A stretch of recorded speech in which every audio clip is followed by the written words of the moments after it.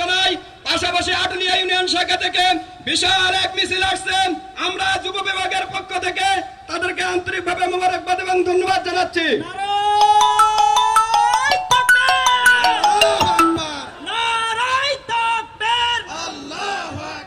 বাংলাদেশ জামাত ইসলামী জিন্দাবাদ জিন্দাবাদ।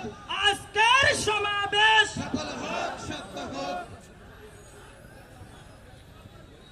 বাংলাদেশ যুব বিভাগ কর্তৃক আয়োজিত আজকের এই যুব সমাবেশে প্রধান অতিথি, বিশেষ অতিথি